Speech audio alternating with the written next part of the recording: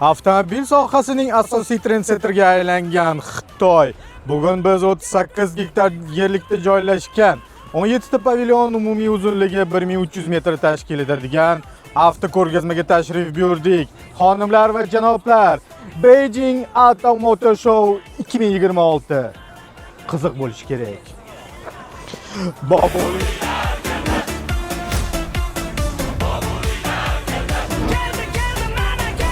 Demak, bizga begona bo'lmagan, biza tanishib ulgurgan BYD konsern pavilyoniga tashrif buyurdik.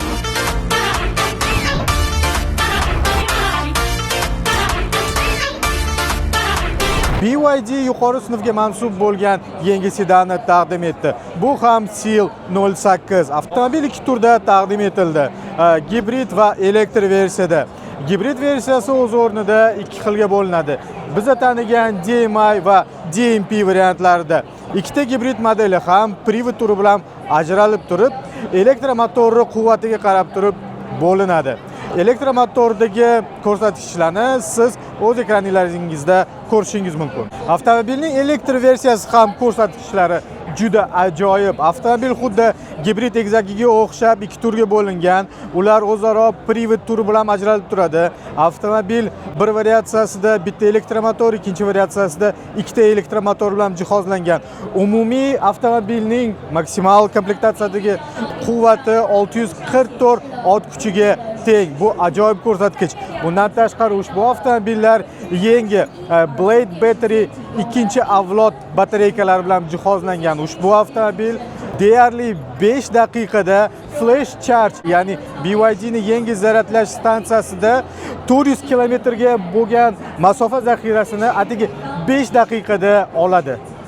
Ajoyib. BYD avtokonsernidan navbatdagi 08 faqat C-Line to'liq o'lchamli SUV va uning ko'rsatkichlari quyidagidek. BYD C-Line 08 Ocean seriyasining flagman modeli bo'lib, u cho'zilgan faralar va silliq kuzov chiziqlari bilan ajralib turadi. Model 5 va 6 o'rinli salon variantida taqdim etiladi. Avtomobil BYD ning ilg'or texnologiyalarini o'zida jamlagan. 2 kamerali pnevmatik osmalar, orqa g'ildiraklarni burish tizimi va ikkinchi avlod Blade batareyasi. C-Line 08 ning asosiy ustunligi 2 dvigatelli to'liq uzatma tizimidir. Maksimal quvvati 643 ot kuchiga teng bo'lib, 0 dan soatiga 100 km gacha taxminan 5 soniyada chiqa oladi. Bir zaryad bilan CLTC ko'rsatkichlariga ko'ra 900 km masofani bosib o'ta oladi. Bu esa segmentda yetakchi ko'rsatkichlardan biridir. BYD'larning orqa chiroqlar dizayniga o'laman-de, o'zgacha bo'pti, o'zgacha. Bekorga men Xitoyni trendsetter demadim. Orqamda 2 dona C-Line ning yangi modellari va ularning rangiga ahamiyat bering. Juda yorqin ranglar. Birisi sabzi rang bo'lsa, ikkinchisi pushta rang. Izohlarda yozib qoldiring, ushbu ranglar sizga qanchalik yoqdi? Menimcha ajoyib. Ready in 5 full in 9. BYD korxonasi tarafidan flash charge quvvatlash stansiyalari. Menimcha kelajak unchalik uzoqda emas. Flash charging stansiyalarining quvvati 1000 volt kuchlanishda 1,5 kilovatni tashkil etadi. Kompaniya ta'kidlashicha 10% dan 97% gacha zaryadlash uchun atigi 9 daqiqa talab etiladi. 30 darajali sovuqda esa 12 daqiqa kifoyadir. Quvvatlash pistoletlari namlikdan himoyalangan. T shaklidagi flash charging konstruksiyasi esa elektromobilning istalgan tomonidan zaryadlash imkonini beradi. BYD ning qayd etishicha, bunda yuqori quvvatli stansiyalar elektr tarmog'iga katta yuklama berishi mumkin. Ushbu muammoni hal qilish uchun stansiya fon rejimida o'z akkumulyatorlarini asta-sekinlik bilan quvvatlab boradi. Kerakli paytda esa shahar tarmog'iga ortiqcha yuk tushirmasdan turib zarur energiya quvvatini ta'minlaydi. BYD avtokonserniga mansub yana bitta brend Denza yaqin kelajakda bizda O'zbekistonda ham rasmiy dilerlik markazlari ochilish kutilayotgan brend. Yangi N9 modelida juda yorqin, juda yuqori sinfda bajarilgan. Bu yerdagi sifat oliy darajada. Menimcha ayrim flagman SUVlarda bizning bozorda muammolar bo'lishi mumkin. Ushbu avtomobilga izohlarda 0 dan 10 gacha baho berib keting. Leapmotor Barchaga ma'lum bo'lsa kerak, 2026-yil oxirigacha Leapmotor korxonasi Buxoroda ishlab chiqarish zavodini ochishi rejalashtirilgan. Ushbu reja loyihasiga ko'ra Leapmotor korxonasi B10, B10L, A10, C01 va C16 modellarini to'liqona ishlab chiqarishni yo'lga qo'yish kerak. Maylim, C01 ni tanisak kerak, C16 ni tanisak bo'lsa-da, lekin B10 va A10 modellari bizning bozorim uchun biroz yangi modellar. Kelinglar, tez ushbu avtomobilni sharh qilishga harakat qilamiz. Avtomobil to'liqona elektr bo'lib, bu yerda 122 ot kuchiga ega bo'lgan elektromotor o'rnatilgan. Bundan tashqari, ushbu elektromotorni ikki turdagi batareya quvvatlab turadi. Birisi umumiy CLTC ko'rsatkichi bo'yicha 405 km zaxirani ega bo'lsa, ikkinchi batareya esa 505 km zaxiraga ega. Leapmotor A10 modeli 4 xil komplektatsiyada taklif etilib, narxi taxminan 9,5 ming 12,5 ming dollar oralig'ida belgilangan. Tashqi ko'rinishda Tech Natural Aesthetics dizayni qo'llanilib, yopiq radiator panjarasi, zamonaviy faralar, kulib turgan orqa yoritish chiroqlari, yarim yashirin eshik tutqichlari va 6 xil kuzov rangi mavjud. Salonda esa minimalistik to'g'ri chiziqli dizayn qo'llanilgan.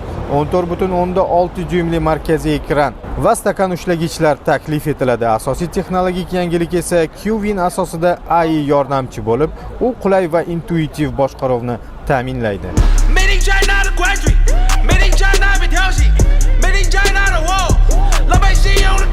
Avtoshouda yangiliklar ko'pligidan qaysini ko'rsatishni ham bilmaysan, ammo Avtoelon.uz bepul ilovamizda siz barcha rasmiy dilerlarning takliflari bilan tanishib chiqishingiz mumkin. Avtoelon.uz avtomobil sotish va sotib olish uchun eng qulay ilova. Ishlab chiqarishi bizda nazarda tutilmagan, lekin bizning davlatlar O'zbekiston orasida juda mashhur bo'lgan brend Zeekr brendi.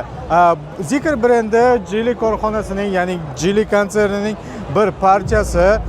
Bugun u yangilangan 8X Zeekrni taqdim etdi. Bundan tashqari o'sha bahaybat va bahaybat muammolarga ega bo'lgan 9X ham mavjud. Avtomobilning tashqi o'lchamlari Zeekr 9X dan biroz kichkina bo'lsa-da, lekin bu avtomobilning umumiy quvvati hech kam kichkina emas. Bu avtomobilning maksimal quvvati 1400 ot kuchiga teng. Karl, 1400 ot kuchiga. Avtomobil 0 dan 100 gacha taxminan 3 soniyada tezlasha oladi. 3 soniya. 1, 2, 3. Crossoverning yuqori versiyasi 8X Yaoying deb nomlanadi. Bu 2 litrli turbo motor, 70 kWh sig'imli kattaroq akkumulyator hamda 3 ta elektr dvigatel bilan jihozlangan. Elektr rejimida yurish zaxirasi 410 km ga yetadi. Umumiy yurish masofasi esa 1400 km dan ortiq. 8X modeli 2 yoki 3 qatorli variantlarda taklif etiladi va boy jihozlar to'plamiga ega bo'ladi. Ular qatorida 43 ta sensor, 5 ta lidar, 2 ta Nvidia Drive Thor U chip asosida ilg'or haydovchiga yordam tizimi, old panelda 3 ta ekran, orqa yo'lovchilar uchun shift displeyi, massaj funksiyali o'rindiqlar, shuningdek 29 ta dinamikli Naim audio tizimi kiradi. Mansory endi yuqori ot kuchlar haqida emas, Mansory endi yuqori kilovatlar haqida. Mansorydan yangilangan 9X Zeekr bu juda ajoyib tuning qilingan avtomobil. Eng muhimi tegi quruq bo'lsa bo'ldi. Lisang Li Auto ushbu ko'rgazmada yangi L9 Levis modelini taqdim qildi. Bizda esa Li korxonasi bilan bog'liq bo'lgan juda qiziqarli sarguzashtlar mavjud. Keling shu haqida batafsil gapirib bersak.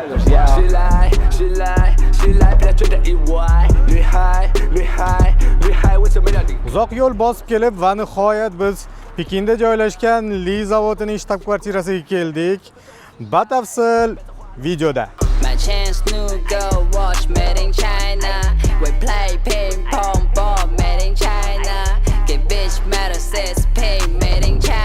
Xo'sh, savol-javob qismi ortda qoldi va hozir bosh dizayner bizga yangi Li 9 Levisni taqdimotini o'tkazish arafasida turibmiz.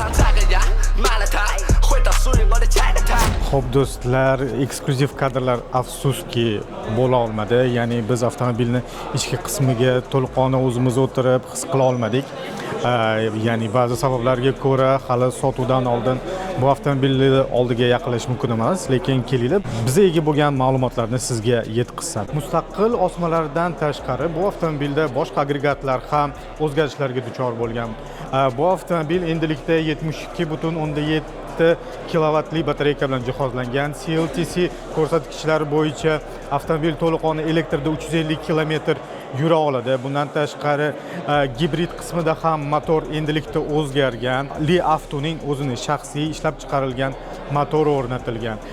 Umumiy yurish zaxirasi, ya'ni energiya zaxirasi taxminan 1,5 ming kilometrga teng bo'lishi kutilyapti.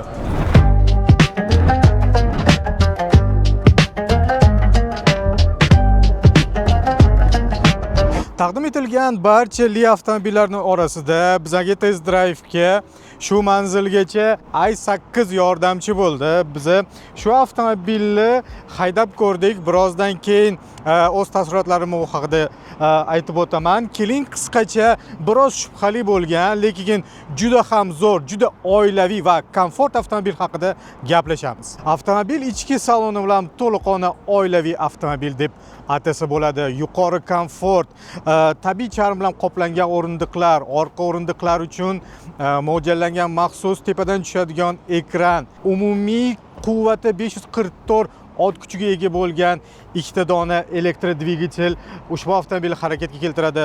Bundan tashqari CLTC ko'rsatkichlari bo'yicha avtomobil 750 kilometr yura oladi. Ba'zi avtomobillarda orqa tarafida kichkinagina spoilerchi, ya'ni ducktailni uchratsa bo'ladi, lekin bu avtomobilda esa duck face mavjud. Eng shubhali tarafi bu avtomobilda uning tashqi ko'rinishi. U bir qarashdan bir g'alatiroq, bir tushunarsizroq bo'lishi mumkin, lekin buning falsafasi, buning dizayni bundan ham chuqur. Bosh dizayner aytishlari bo'yicha ushbu dizaynni yaratayotganlarida akulaning silueti bilan ilhomlangan ekanlar. Ya'ni avtomobil maksimal tarzda aerodinamik, maksimal tarzda esda qoladigan, ya'ni kelajakka intilayotgan avtomobilni bildirish kerak edi. Shuning uchun uning tashqi ko'rinishi biroz futuristik desa bo'ladi. Lekin yomon emas. Avtomobil oilaviy bo'lgandan keyin yukxona hajmi ham ahamiyatli. Bu yerda u unchalik katta emas, chunki avtomobil 6 kishilik. Siz 3-qator o'rindiqlarni ular bilan boshqarishingiz mumkin. Bundan tashqari yukxonani baland pastligini sozlash uchun alohida ikkita tugma bor. Eng qiziqarlisi, oila uchun bu yerda maxsus stolcha mavjud. Siz o't betga chiqqanda oila bilan bu stoldan foydalanishingiz mumkin. Avtomobilning komforti haqiqatda yuqori darajada. Avtomobil 2 kamerali pnevmatik osmalar bilan jihozlangan. Bundan tashqari ushbu osmalar o'zini nomiga ega maxsus Li Magic Carpet tizimi. Bunda avtomobil yurmaydi, avtomobil suzadi. Bu yomon ma'noda emas, men juda yaxshi ma'noda aytyapman. Ya'ni avtomobil har bir chuqurlarni yoki lejachi politsiyskilardan bemalol o'tib keta oladi. Bu avtomobilni his qilib ko'rish kerak. Haqiqatda juda komforti yuqori bo'lgan avtomobil. Oila uchun ayni muddao. Biz tirbandlikda turar ekanmiz. Men avtopilot rejimini yoqib qo'yishga ahd qildim, chunki bilasizlar, uzoq yo'llarda har doim to'xtab, keyin harakat davom ettirish odam juda charchatadi. O'shaning uchun avtopilotni yoqdim va ahamiyat bergan narsam, misol uchun bundan oldin biz L6 da keldik va farqli o'laroq bu yerda lidar tizimi kichkina modelga qaraganda ancha kengroq ishlar ekan. L6 da men faqat oldimda turgan avtomobilni ko'ra olardim. Bu yerda esa bir nechta avtomobil yon chetga, ya'ni 3 qator, 4 qator, 5 qator yo'lni bemalol lidari ko'ra olyapti. Bu tarafda ham harakatda bo'lgan avtomobillarni lidar tizimi bemalol aniqlashtirib ekranda ko'rsatib berar ekan. Bu menimcha juda zo'r. Lekin tirbandlikda bu avtopilotni ishlatish juda katta xato ekan. Mana men mashinamni qaranglar. O'tirganda shundoq keldi, shundoq tiqilib oldi. Bunaqa ketishda avtopilot bo'lsa, O'zbekistonda sen bitta joyda turaverasan, chunki oldingda kelib tiqiladigan mashinalar juda ko'p bo'ladi. Salon esa o'sha biz tanigan L modeldagi hech ham sifat bo'yicha qolishmaydi. O'zgargan narsalar bu yerda havo chiqaruvchi deflektorlar endilikda mexanik sozlamalardan voz kechilgan. Bular to'liqona ekrandan, ya'ni menyudan sozlanadi, xuddi Teslalardek. Bu yerda Dolby Digital Atmos audio tizimi o'rnatilgan. Tovush chiqarish, ya'ni musiqa eshitganda siz to'liqona zavq qila olasiz. Head-up display, orqa ko'rsatuvchi oyna, ekran uslubida ishlangan, ya'ni bu yerdagi sifati juda zo'r. Orqa ko'rish kamerasi, o'sha panorama luksus va yuqori komfort.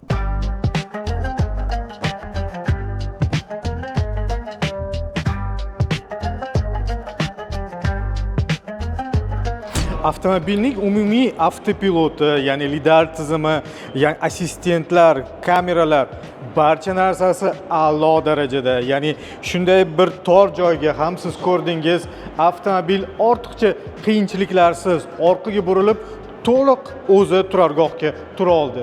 Bu like.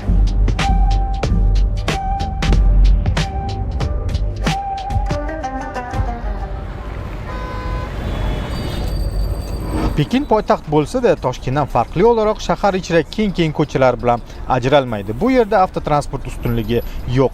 Yo'l teng qismatda bo'lingan. Kichik bir misol keltirsam, ushbu ko'chaga bir nazar tashlang. Umumiy 6 qatorlik yo'l. 4 tasi avtomobil uchun ajratuvchi ustun, moto velotransport uchun alohida keng yo'l va ulardan tor bo'lmagan piyodalar yo'lakchasi. Shahar bir qismidan kichik bir o'rnak bo'lsa-da, ammo shahar hokimiyatining umumiy shaharbozlik yo'nalishini ko'rsatadi. Aynan shunday tashabbuslar hatto poytaxtda ham avtomobil sonini kamaytirib, barchani kichikroq va ixchamroq mototransportlarga o'tishni tabiiy ravishda undaydi. Oddiy standart stolbada o'rnatilgan kameralar bilan birga Pekin shahrida shunday avtobus simon statsionar yoki yurar kameralar ham mavjud ekan. Uning uchun tinchgina Pekin shahrida shunday velosipedlarni qo'llangan yaxshi deb o'ylayman. Pekin shahrida avtobus bekatlari shunday oddiygina ko'rinishdaligini ko'rib, men biroz hayratlandim. Nimaga biz hokimiyat yangi chiqqan turargohlar, ya'ni bekatlar loyihasiga biz bunchalik yomon fikrlar bildiryapmiz? Balki bizning bekatlarimiz yaxshidir.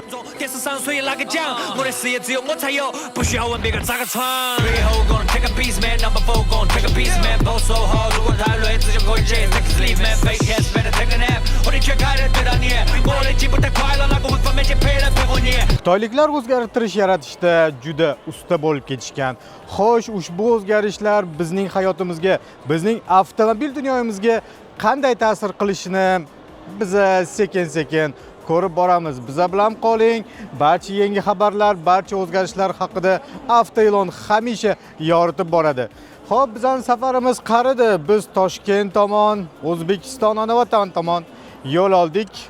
Ushbu videoga yoqtirmani bo'lsang, albatta do'stlaringizga ulashing va keyingi ko'rsatuvlarda ko'rishguncha